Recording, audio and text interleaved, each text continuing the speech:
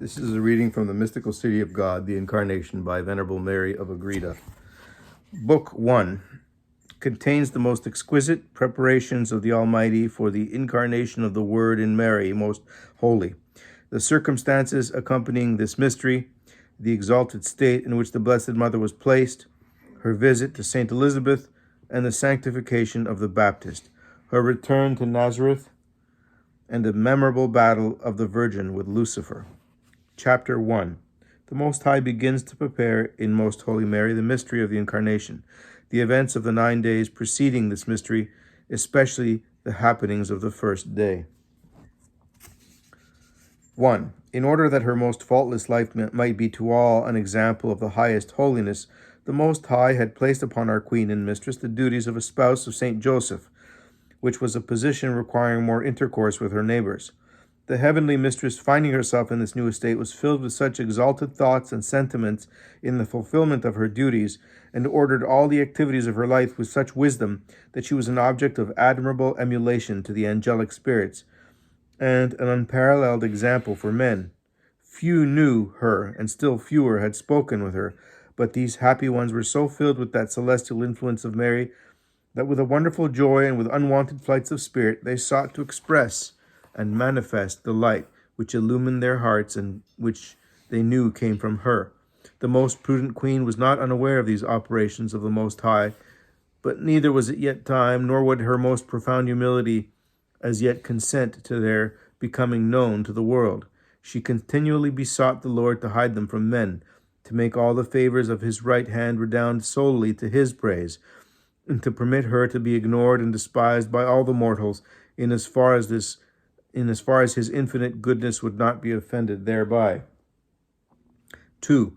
These prayers were accepted by her divine spouse with great benignity, and his providence arranged all things in such a manner that the very light which incited men to proclaim her greatness at the same time caused them to be mute. Moved by divine power, they refrained from expressing their thoughts, inwardly praising the Lord for the light which they felt within themselves. Filled with marvel, they suspended their judgment, and leaving behind the creatures, they sought their Creator. Many turned from sin at the mere sight of her. Others amended their lives. All were affected at seeing her and experienced heavenly influences in their souls. But immediately they forgot the source of these influences, for if they could have remained in her presence, or could have retained the memory of her image, and if God had not prevented it by a mystery, nothing would have been able to divert their attention from her, and all would have sought her without wavering. 3. In such fruitful occupations, and in augmenting the gifts and graces from which all this good proceeded, our Queen, the spouse of Joseph, busied herself during the 6 months and 17 days which intervened between her espousal and the incarnation of the Word. I cannot pretend to refer even briefly to her great heroic acts of all the virtues, interior and exterior, to all her deeds of charity, humility, religion, and all her works of mercy, the alms and benefactions, for this exceeds the power of the pen. The best I can do is to sum up and say that the Most High is found in Most Holy Mary, that the Most High found in Most Holy Mary the fulfillment of all his pleasure and of his wishes, as far as is possible in the correspondence of a creature with its Creator. By her sanctity and merits, God felt himself, as it were, obliged, and, according to our way of speaking, compelled, to hasten his steps and extend the arms of his omnipotence to bring about the greatest of wonders conceivable in the world, before or after, namely the incarnation of the only begotten of the Father in the virginal womb of this lady. 4.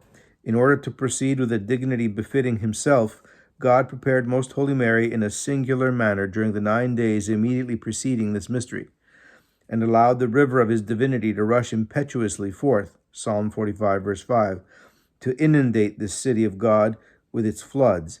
He communicated such great graces and gifts and favors that I am struck dumb by the perception of what had been made known to me concerning this miracle, and my lowliness is filled with dread at even the mention of what I understood. For the tongue, the pen, and all the faculties of a creature fall far below any possibility of revealing such incomprehensible sacraments. Therefore I wish to be understood that all I say here is only an insignificant shadow of the smallest part of these wonders and ineffable prodigies, which are not at all to be encompassed by our limited words, but only by the power divine, which I do not possess. 5. On the first day of this most blessed novena, the heavenly Princess Mary, after a slight rest, according to the example of her father David, and according to the diurnal order and arrangement laid out for her by the Lord, left her couch at midnight, Psalm 118, verse 62, and prostrate in the presence of the Most High, commenced her accustomed prayer and holy exercises. The angels who attended upon her spoke to her and said, Spouse of our King and Lord, arise, for his majesty calls thee. She raised herself with fervent affection and answered, The Lord commands the dust to raise itself from the dust. And turning toward the countenance of the Lord who called her, she added, Most high and powerful Master, what wishest thou to do with me? At these words her most holy soul was raised in spirit to a new and higher habitation, closer to the same Lord and more remote from all earthly and passing things. 6. She felt at once that she was being prepared by those illuminations and purifications which at other times she had experienced in some of the most exalted visions of the divinity. I do not dwell on them, since I have described them in the first part, Part 1, 620 to 629. The divinity manifested itself not by an intuitive, but by an abstractive vision, however so clearly that by it she understood more of this incomprehensible object than what the blessed see and enjoy by intuition. For this vision was more exalted and more profound than the others of that kind, since this heavenly lady made herself more capable day by day, and because she made such perfect use of graces, she disposed herself for ever greater ones. Moreover, the repeated enlightenments and visions of the divinity continually enabled her to respond more and more befittingly to its infinite operations. 7. In this vision, our Princess Mary learned most high secrets of the divinity and of its perfections, and especially of God's communications ad extra in the work of creation. She saw that it originated in the goodness and liberality of God, that creatures were not necessary for supplementing his divine existence, nor for his infinite glory, since without them he was glorious through the interminable eternities before the creation of the world. Many sacraments and secrets were manifested to our Queen, which neither can nor should be made known to all, for she alone was the only one. Canticle chapter 6 and 8, verses 7 and 6. The chosen one, selected by the highest King and Lord of creation for these delights. But as her highness in this vision perceived this impulse and inclination of the divinity to communicate itself ad extra with a force greater than that which makes all the elements tend toward their center, and as she was drawn within the sphere of this divine love, she besought the Eternal Father with heart aflame, that he send his only begotten into the world and give salvation to men, since in this manner he should satisfy and, speaking humanly, execute the promptings of his divinity and its perfections. 8. These petitions of his spouse were very sweet to the Lord. They were the scarlet lace with which she bound and secured his love, and in order to put his desires into execution, he sought first to prepare the tabernacle or temple, whither he was to descend from the bosom of the Eternal Father. He resolved to furnish his beloved and chosen mother with a clear knowledge of all his works ad extra, just as his omnipotence had made them. On the first day, therefore, and in this same vision, he manifested to her all that he had made on the first day of the creation of the world, as it is recorded in Genesis, and she perceived all with greater clearness and comprehension than if she had been an eyewitness, for she knew them first as they are in God, and then as they are in themselves. 9. She perceived and understood how the Lord in the beginning, Genesis chapter 1, verses 1 and 5, created heaven and earth, in how far and in what way it was void, and how the darkness was over the face of the abyss, how the Spirit of the Lord hovered over the waters, and how, at the divine command, light was made, and what was its nature, how, after the darkness was divided, it was called night, and the light day, and how thus the first day was made. She knew the size of the earth, its longitude, latitude, and depth, its caverns, hell, limbo, and purgatory with their inhabitants, the countries, climes, the meridians and divisions of the world, and all its inhabitants and occupants.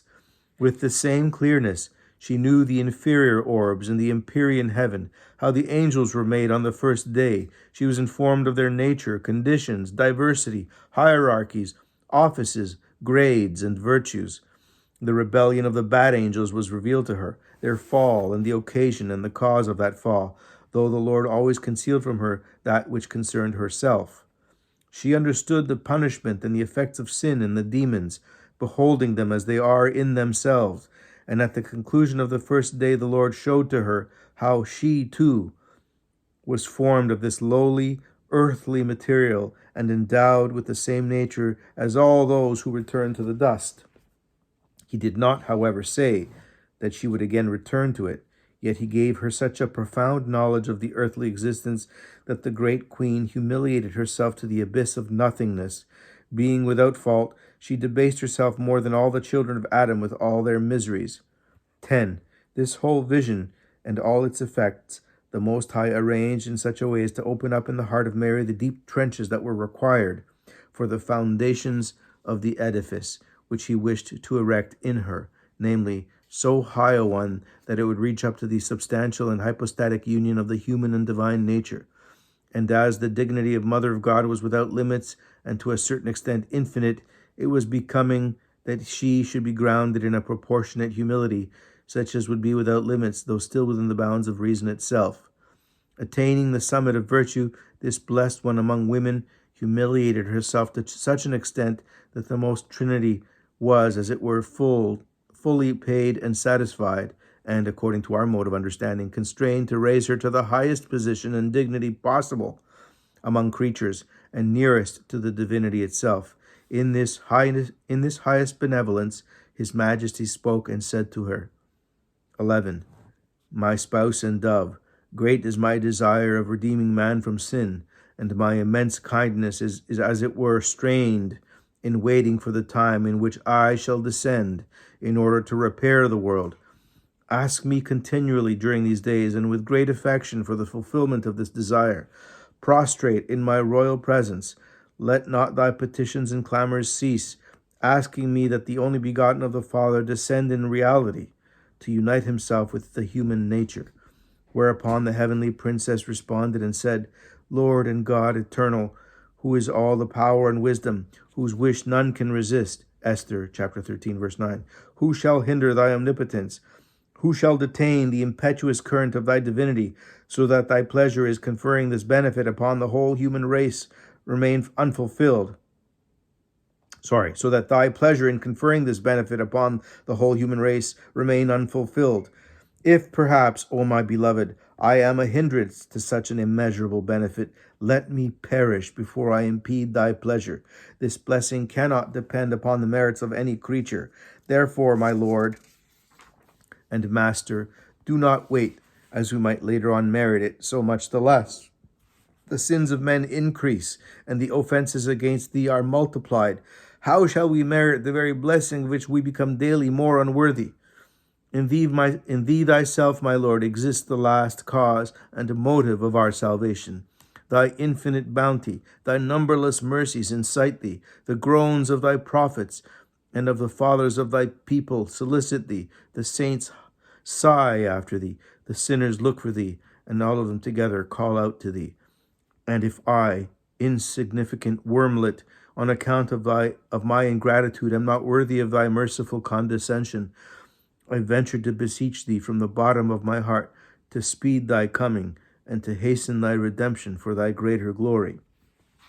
12. When the Princess of Heaven had finished this prayer, she returned to her ordinary and more natural state. But, anxious to fulfill the mandate of the Lord, she continued during that whole day her petitions for the incarnation of the Word, and with the deepest humility she repeated the exercises of prostrating herself to the ground and praying in the form of a cross. For the Holy Ghost who governed her had taught her this posture by which she so highly pleased the most blessed Trinity. God saw in the body of the future Mother of the Word, as it were, the crucified person of Christ, and therefore he received this morning sacrifice of the most pure Virgin as an advance offering of that of his most holy Son. instruction which the Queen of Heaven gave me. 13. My daughter, the mortals are not capable of understanding the ineffable operations of the arm of the Omnipotent in preparing me for the incarnation of the eternal Word, especially during the 9 days which preceded this exalted sacrament. Was my spirit elevated and united with the immutable being of the divinity. I was submerged in the ocean of his infinite perfections, participating in all those eminent and divine effects which are beyond all presentiment of the human heart. The knowledge of creatures communicated to me penetrated into their very essence, so that it was more profound and piercing than that of all the angelic spirits, though their knowledge of creation on account of the beatific vision is altogether admirable. Moreover, the images of them all were impressed upon my mind to be used by me according as I desired. 14.